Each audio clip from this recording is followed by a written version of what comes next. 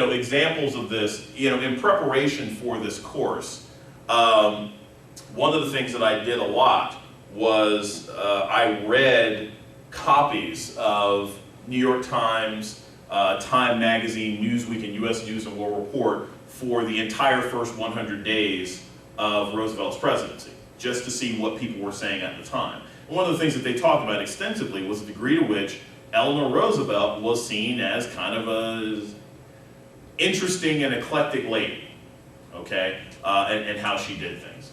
So, with that in mind, we sort of have the personalities of these two guys. We can also say this very quickly. They had some really different relationships with the members of government that they were dealing with.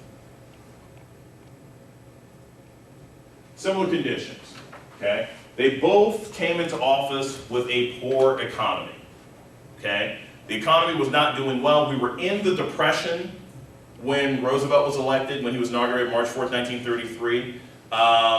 We're in the longest recession. The recession that we are in right now has been going on since June or July of 2007. This is the longest single recession we've had in the United States since the Great Depression, okay? So we're in somewhat similar economic conditions. Difficulties in Congress. There are members of Congress that both Obama faces and that Roosevelt faces, Democrats in particular, who are concerned about what they're doing, who have their doubts as to whether or not these men are up to the job, okay? They had major meetings with foreign leaders. There was a huge economic conference in London that Franklin Delano Roosevelt had to go through. It was very similar to what Barack Obama was dealing with the G20, although the G20 was going to have to be because of the global economic crisis. But they both had a lot of meetings with foreign leaders very early in their presidency.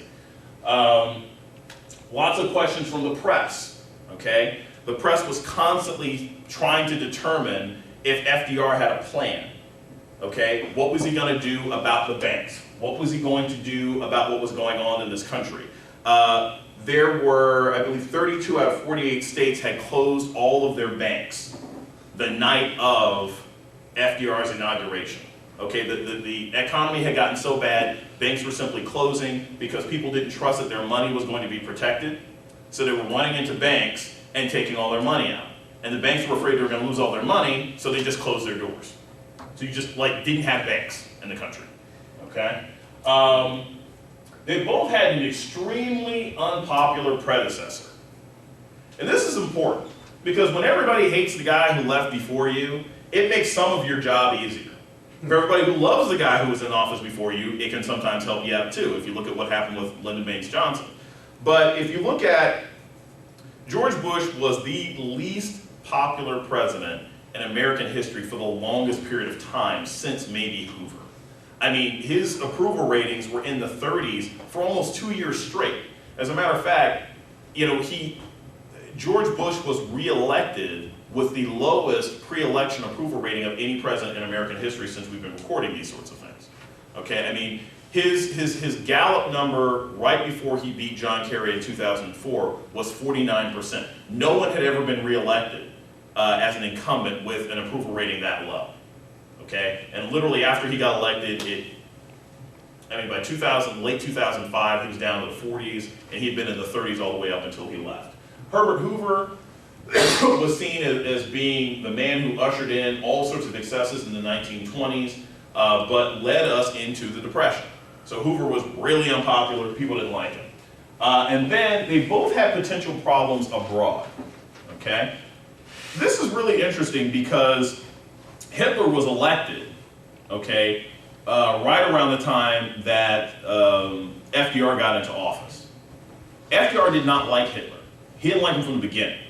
And it's fascinating when you read some of the old newspaper clippings, which you guys will have access to. I'll put them on reserve in the library, where you hear Hoover saying, they have whole quotes from him. It's like, I think we're going to have problems with this Hitler guy. I don't really know if I like this Hitler guy. Maybe we want to do something about this Hitler guy. In which case, most other people in America were like, oh, come on. Oh, come on, he's German. We're isolationists. We don't have to care, okay?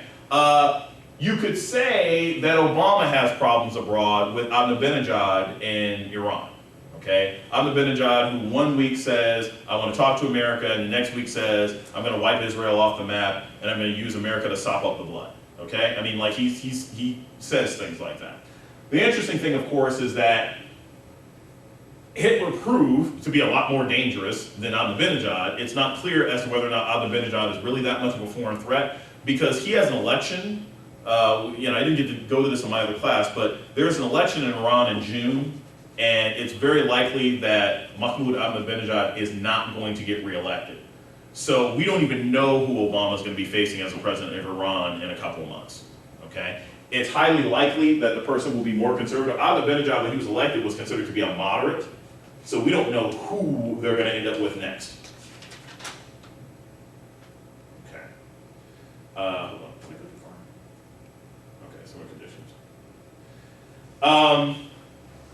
These are political cartoons. And, I want you guys to see that, the circumstances were very similar that these guys were facing. And in case, that's Hoover, leaving FDR with a world of trouble. And, there's George Bush leaving the economy in trash shape with Barack Obama.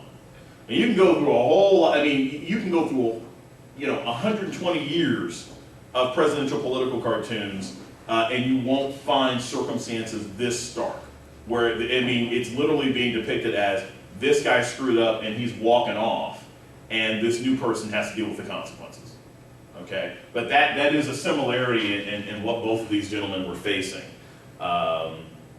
when coming into office. Now, these are the big differences. These are the huge differences that these guys were facing.